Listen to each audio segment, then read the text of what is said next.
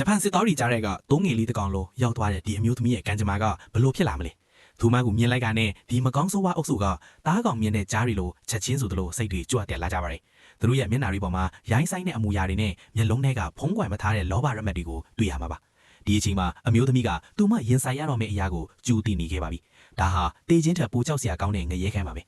နောက်တစ်စက္ကန့်မှာပဲဂျပန်တွေကသူမကိုကုတင်ပေါ်မှာကျိုးတူလိုက်ကြတယ်စပင်ရွှေရောင်နဲ့ဂျပန်ဘူကတော့မုံစားရင်အေးအေးဆေးဆေးပဲရှောက်လာတယ်သူကအချွန်တစ်ခုကိုခိုင်းနေရဲရဲဆက်ဆက်နှိပ်စက်ဖို့ပြင်ဆင်နေတာပါသူရဲ့ရည်ရွယ်ချက်ကတော့သစ္စာဖောက်ရှင်းလင်းရေးအဖွဲ့တွေကတခြားအဖွဲ့ဝင်တွေရဲ့နာမည်ကိုသူမစီကနေအတင်းနှုတ်ယူဖို့ပါပဲ